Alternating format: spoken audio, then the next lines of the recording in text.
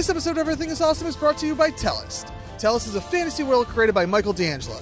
Spanning 15 novels and novellas, Tellist is a place of magic and splendor, where great heroes fight for the people.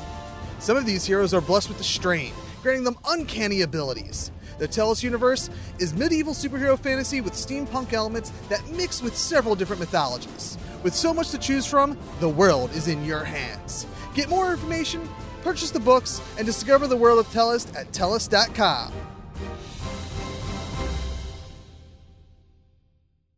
This is a That's Entertainment podcast.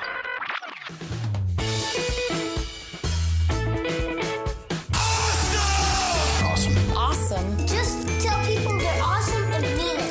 Awesome. Did you have an awesome time? Did you drink awesome shooters and listen to awesome music and then just sit around and soak up each other's awesomeness? Awesome. That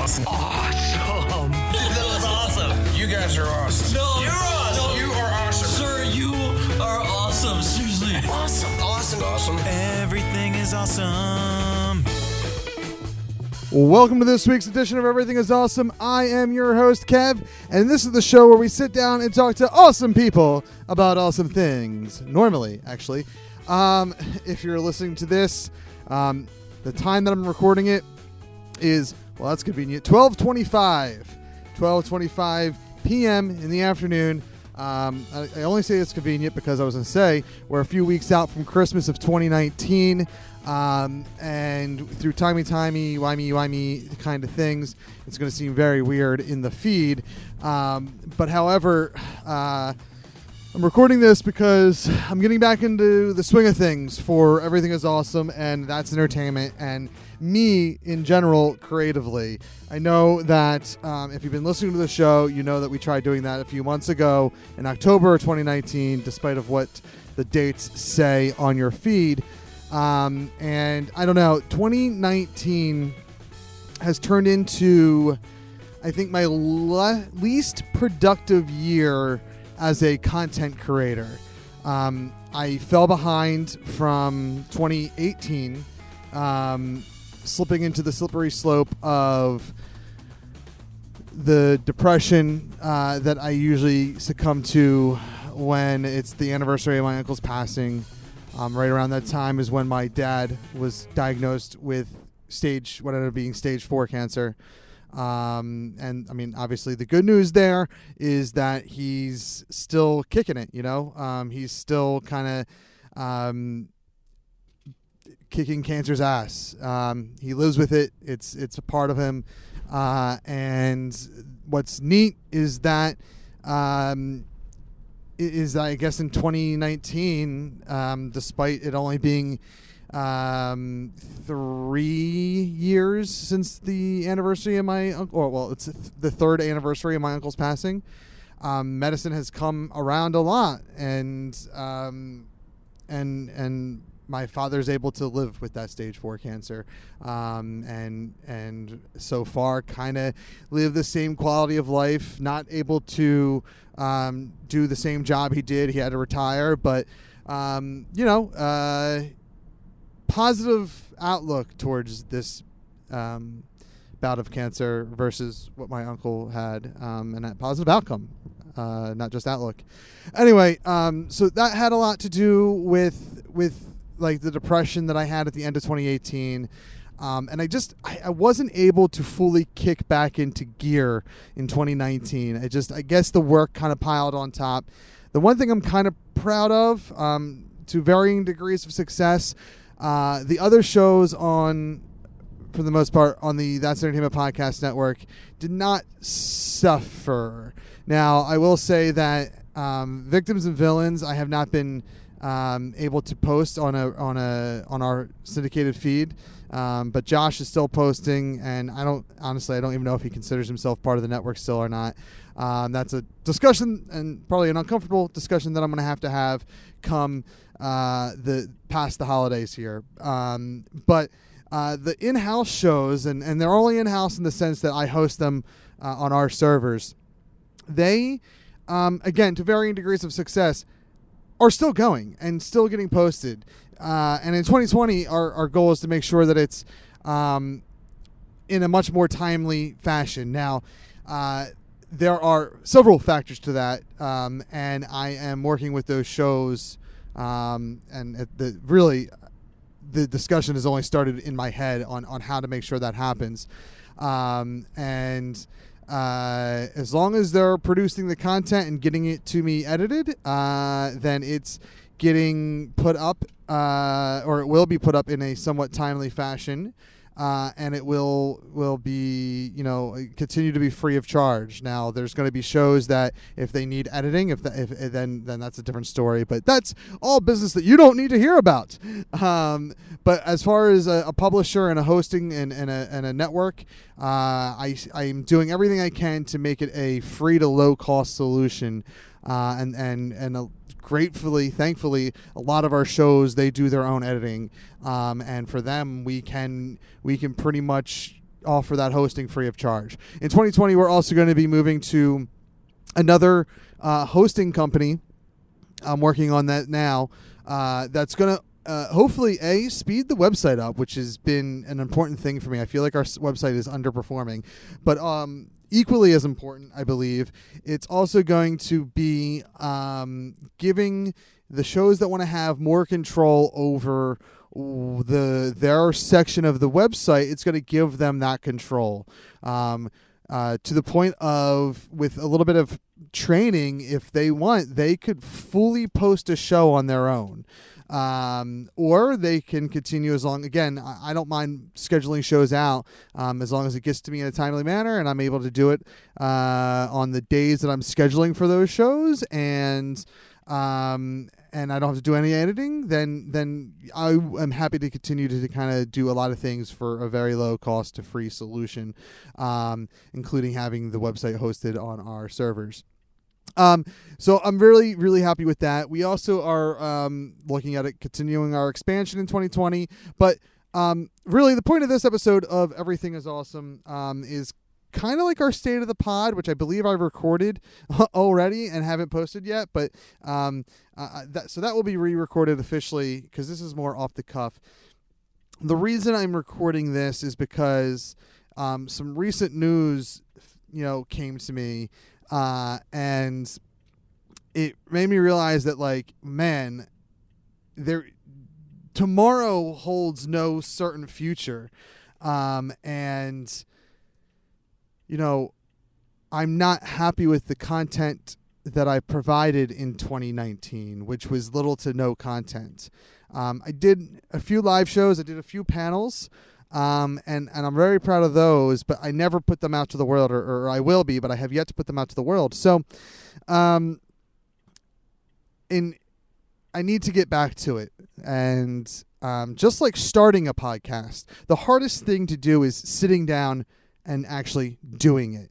It's sitting down and hitting record and recording that conversation and then getting it out to the world. Those are the hardest things to do on podcasting. Once you do them, once you sit down and you hit record and you say what you want to say with who you want to say it with, and then publish it to the world, you've done the hard part. Of course, there's other hard things that come with podcasting as you grow and want to be better at it and get it. And editing is a time, and it's not necessarily. Editing can be hard, but it's also the hard part with that is the time consumption it comes with. And there could be other things that are quote unquote hard once you get past that initial step. But to me, forever and always, the hardest step of podcasting will be just doing it. And I think that the same can be said about restarting a podcast.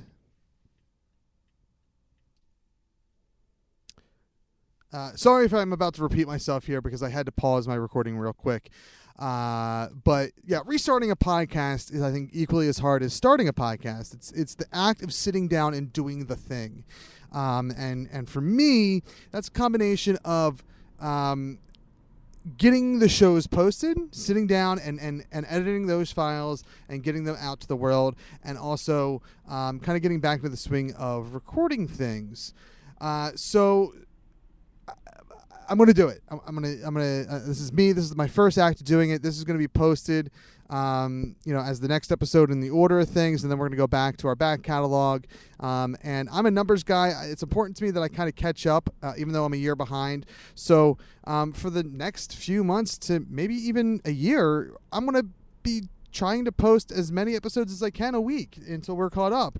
Some of them might be shorter, some of them might be longer, some of them might be solo shows, some of them might be like a show where I sit down and talk to one of my friends just about whatever. Some of them might be actual plays. Some of them might be episodes of other podcasts on our network, so that you can kind of get a feel for what those shows are and listen to them. We're going to be doing a bunch of different things. Part of it is to kind of catch up to where we should be. Part of it is to be getting the content that I want to get out there. Anything that I post in the feed would be things that I would post anyway. It's just that I'm doing it more frequently so that we can get to a place where I'm happy to say, oh yeah, we're officially 4 years old and we're officially on this podcast episode number and stuff like that. Now, there's something that I want to say to kind of wrap up this episode. This is, again, going to be a shorter one. And it's essentially what the trigger was to make me do this. Because it's going to be a difficult thing, not necessarily to talk about, but there's going to be an episode that I have to edit that's going to be kind of difficult to edit now. And I do want to... kick it to a quick commercial for the network before I get to that. So please, let's take a moment to listen to a promo about the That's Entertainment Podcast Network and hear about some of the great shows that are offered on thatentertains.com/network. Thanks for listening to this That's Entertainment Podcast Network podcast. Want to hear more great shows? Head on over to thatentertains.com/network to find other great podcasts. We have interview shows like Everything is Awesome with Kevin Gallagher, pop culture and awareness shows like Victims and Villains, and awareness shows like Bullies Keep Out. Keep your eyes posted this spring as we bring back recap shows like After Party of One and the Zomcast. We're also going to be launching some actual play and actual play adjacent shows like Single Player and In Character with Kevin Gallagher. Find more information about these shows and more on thatentertains.com/network. All right, thanks for listening to that quick break there. And we are back right here on awesomepodcast.com with Everything is Awesome with Kevin Gallagher. So in an episode that I'm about to edit and we'll be posting at some point in the next few weeks here is from the Philadelphia Podcast Festival. Philadelphia Podcast Festival is a summer podcast festival that happens every year. And it takes place across many venues, and it's usually a great time. And this particular year was very, very hot. So the Tattooed Mom location, at the very least, I would say underperformed as compared to past years that I've helped run the show. And which was fine. We make do with that stuff. And I had invited a Philadelphia comedian to the show, and I'm being vague about this because I want to put out there the type of person he was or she. And we invited the comedian out, and instantly, without hesitation, said yes. And this comedian was someone that I've heard on other podcasts and was very, very funny. And I had always wanted on the show, whether it be for a live show or for just a normal sit-down show. And I was always very apprehensive about asking because even though at the time I didn't realize that they were as big as as big as they actually were in Philadelphia and in comedy in general, I still thought they were like too big for Everything is Awesome. But something made me ask that this year. I don't know what it was, but I asked, and without hesitation, they said yes. And as we approached the day of the show, and I saw the heat index and whatnot, and I mentioned, I was like, hey, we might want to, you obviously can do your 5 minutes or whatever, but this may end up being a little bit of a different show because it's not going to be. We had a guest drop out, and it's going to be a hot one, so I don't know what the attendance is going to be like. And again, without hesitation, it was whatever you think is best. We'll do. I have no, whatever. It's all up to you. I'll be there, though. I will be there. And I'll tell you what, they were there to play to an audience of 2, Jeff Stormer and his wife. It was a very hot Saturday or Sunday, I forget. And we had an amazing show. I can't wait to put it out there to you guys. But no complaints about the circumstances or anything like that. And brought his A game. And I had the sense that this person was just overly generous and overly amazing. And I say this with a heavy heart because just a few days ago, this is December 13th, the moment that I'm recording this. I believe officially, I think I found out December 11th. Unclear if it was the 10th or the 11th. But Chris Cotton, Philadelphia-based comedian, passed away at the age of 32 years old. This is a person that I don't know real well. But when I saw a friend of the show, Dan Scully, post about his passing, I instantly felt a moment of dread and like, this can't be true. And, obviously it was true, and it hit me. It affected me hard. And I don't know why. And I still don't know why yet. And the reasons why he passed are still unknown. But Chris Cotton was generally one of the nicest dudes I've ever met. And I've only talked to him a handful of times in email, text message, and once in person. And that was for a podcast, a live podcast. And we had such a great time talking about just fandom and talking about Marvel and DC and Batman.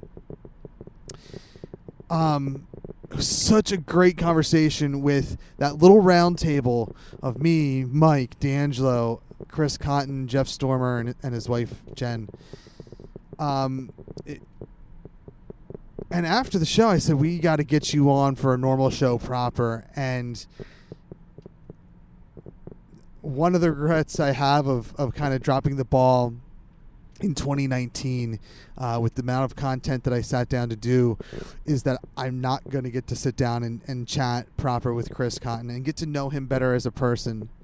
From all accounts that I've read across different social medias, primarily Facebook and Twitter, Chris Cotton made an impact with a lot of people. And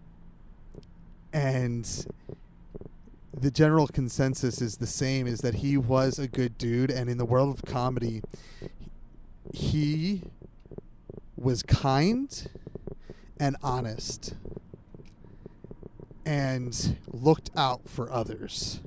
And I don't know the comedy world. I don't.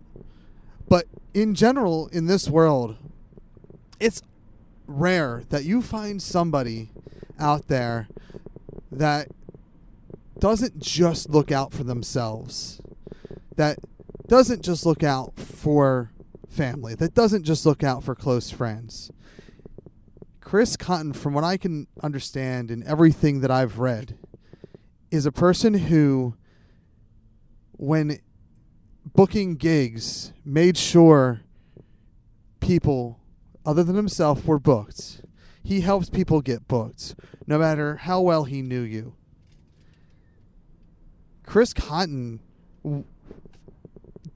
despite, he he was probably one of the biggest unknown comedians, and I say that not to belittle him, not to belittle what the impact he had, because it seems like he was very well known within the world of comedy, whether you were a Philadelphia comedian, Sal Volcano, Artie Lang, Hannibal Buress. He was a comedian's comedian, and he worked for Comedy Central, which, again,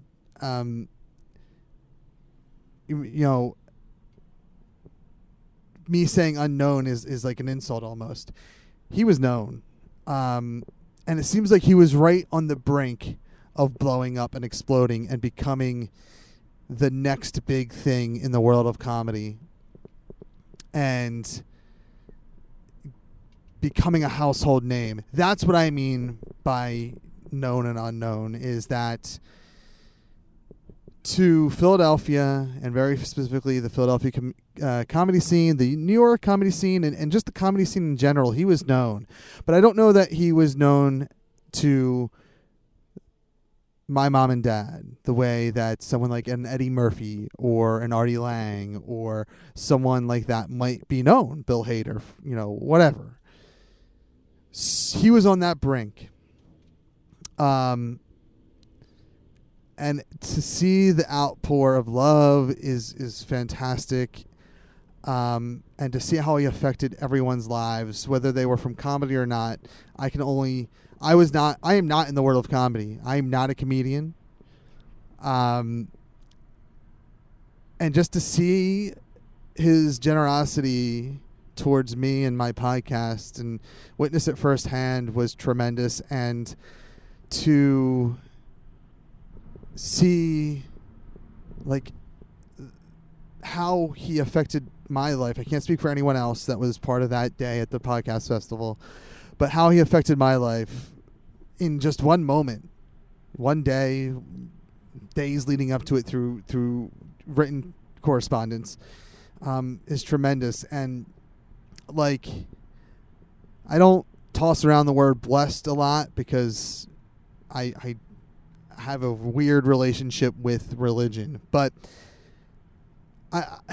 there is no other word, I guess, to describe the feeling of I was lucky. I feel blessed to have gotten a chance to have him be in my life.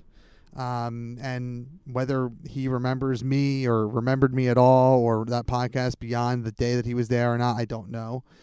But I thank Chris Cotton for being part of my life, and I wish, and it's a regret I will have, that I got him back on the show.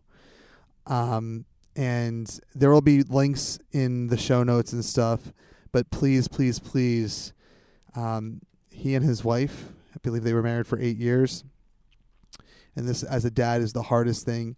We're expecting their first child in February of 2020. And I think that's one of the things that hurts the most is that, like, here's a guy who is, from all accounts that I've read, excited and so ready to meet his unborn child, and he's not he didn't get the chance. And his wife and soon to be child are going to have a vastly different life now. There is an official GoFundMe page out there from, I think, Team 6AN or something like that. I'll have the links in the show notes. Please consider, if you have extra coin this holiday season, please consider donating to that GoFundMe, and helping this family that's lost the patriarch, help them get through this incredibly tough time that they're experiencing. And I don't know, let's take a quick moment of silence for Chris Cotton and from there we're going to just end the show right away. Chris, thank you so much for being a part of my life. Thank you for the effect that you had on me. Thank you for giving me the time that you did not have to give to me. Thank you so much. You will be missed from this podcast, from me personally, and I know from the comedy scene here in Philadelphia and beyond. Chris Cotton, may you rest in peace.